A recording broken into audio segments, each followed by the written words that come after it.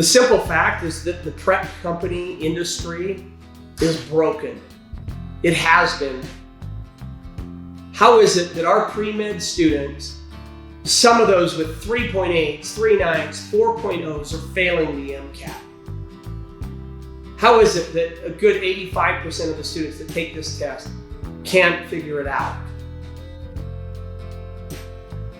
The reality is the materials that are available, most of what is out there is a huge review of the sciences. And the reality is that review is already available for free. Your students already have the textbooks. The amino acids don't change because you put a different logo on the cover of the book. So many of these prep companies have 8, 9, 10 volumes of textbooks, as if reading that again is going to change your score in any way, shape, or fashion. It's actually a huge overkill that confuses most pre-med students and gives them materials in a format that is not at all representative of what they're actually going to see on the MCAT. Most of these textbooks are cutesy, they're colorful, they're animated, they've got these very defined pictures and cartoony things in there that just, you'll never see it on the actual MCAT. And it lulls students into this false sense of security of feeling like, okay, I understand this, I get it at my level, and yet it is nowhere reflective of the citations, right? The actual peer-reviewed journal entries that they're going to read on the MCAT.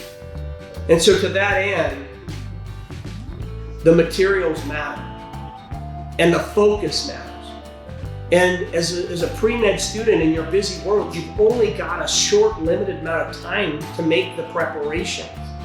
So your homework has to be focused on the very things that are actually going to be tested on the MCAT. You can't afford to spend money on things that you already have or sciences that you could look up for free on the internet. And you can't afford to waste the time on reviewing things that will never, ever show up on the MCAT. You deserve the focus, you deserve the high yield, you deserve to spend your time on things that are actually going to improve your score, not just review things unnecessarily. Let's consider this. Most pre-meds don't understand this MCAT experience, and they kind of perceive this to be the hairiest chemistry test of their life, the biggest biology test of their life. The reality is this: the medical schools that you apply to are going to get your transcripts from your undergrad classes, right? They're already going to know how you did in organic chemistry. They're going to know what kind of biologist you are, okay? So if they already have that answer, why are they forcing you through this torture chamber of the MCAT? Oftentimes I hear standardization. Oftentimes I hear kind of even the playing field. And there's several components to that, of course. But contemplate this. The medical schools you want to go to are not looking for chemists and biologists, okay? They're looking for doctors. They want physicians, surgeons, okay? The MCAT does an excellent job of identifying really, really good, high-performing individuals that already have the aptitude towards analyzing and diagnosing, getting the prescription right. See, when it's just a test and you get the multiple choice A, B, C, D, doesn't seem quite the same as when we're talking about which prescription should I give my patient, which drug should I have the nurse inject. See, if you give penicillin to some people, it's going to cure them. If you give it to other people, it's going to kill them. So you have to become really good at identifying that, yeah, for most people, B would be the right answer, but in this particular case, because it's something that showed up on this passage, wow, all of a sudden C is a better choice for this patient, okay? That's the MCAT. And Altius does a great job of preparing people for that experience. You're gonna get a lot of this in medical school. We're just gonna give you an introduction to it before you take the MCAT. And by virtue of that, you're gonna perform a lot better on your MCAT. It's gonna show up on your score. And that type of preparation and that type of aptitude and skill set is going to manifest itself, and it's going to carry through with you throughout the rest of your career. I want to talk about the impact of taking the MCAT over and over again. I don't know what it is about the pre-med world where taking this test repeatedly just seems to kind of be accepted. It just seems to be like, if you're going to, be a doctor, you have to have the stamina, the grit, the money to do this, 2 times, 3 times? It's going to take you 2 years. It's going to take you 3 years. Imagine the impact and really think through of what that means in cost. We could go down the trail of financial cost, because certainly taking it 2 or 3 times over, it costs you every time you take the test. It costs you every time you buy a prep course. It costs you in money in a lot of different scenarios. That doesn't even begin to look at the cost of loss. Imagine the cost of loss. What is it really costing an individual to postpone their career a year? What is the gap of a doctor's salary 5-6 years down the road from here?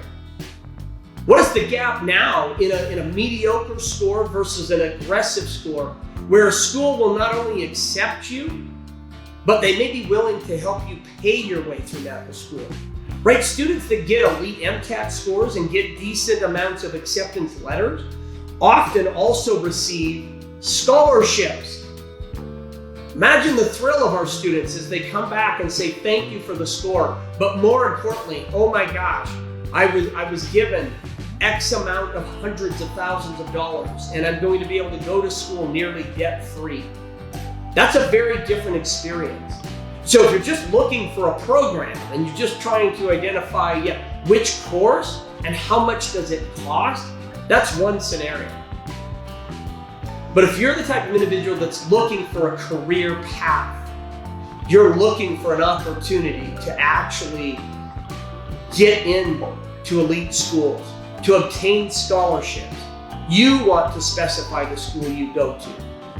TD Price and Associates, a third party that has reviewed Altea students and has looked at why are they performing differently than the rest of the nation, have shown over and over again, 10 years worth of research over and over again, that show Altea students outperforming the national average by 15 plus points. This last year, our students that completed the Altea course properly averaged a 516.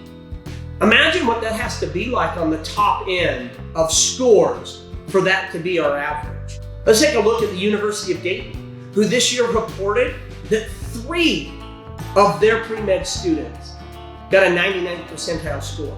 Now, this is not a large school. This is a small population in regards to pre-med, but within that group, 3 of their students scored the 99th percentile. Their advisor noted that they've had years before where one student here scored in that percentile and a couple years later another. They've never had a scenario where 3 have simultaneously scored. It was a school record, and it took them to a whole different world. The beautiful part is in this article, they noted that all 3 of these students had taken the Altea course, that had done something dramatically different than what most students across the nation are doing. Let's look at it in this scenario. How many of you are on that pay and pray plan, right? Where you're like, I don't care which school I go to, I don't care who accepts me, I just want one school, I don't care where they're at. Just let me in. Okay, it's pretty common. How many of you thought about the opportunity of actually selecting the school of your choice? Not just one acceptance letter, but 5, 6, 7. It's common for us to get multiple acceptance letters, and for us to then start to work through what are my options. Which school could really provide me the specialty training that I want? Which school is in a location that is appropriate for me? Do I want to be in the cold of Buffalo, or do I want to be in the warmth of San Diego? Might not matter to some of you, but it might be really important to others. Scholarships, payments, the ability for this experience to be had without going into debt. There's a lot of opportunities available for you. And so you need to know that those are there, and you need to work for those and seek those out. And an appropriate one-on-one mentor can help you achieve those types of things.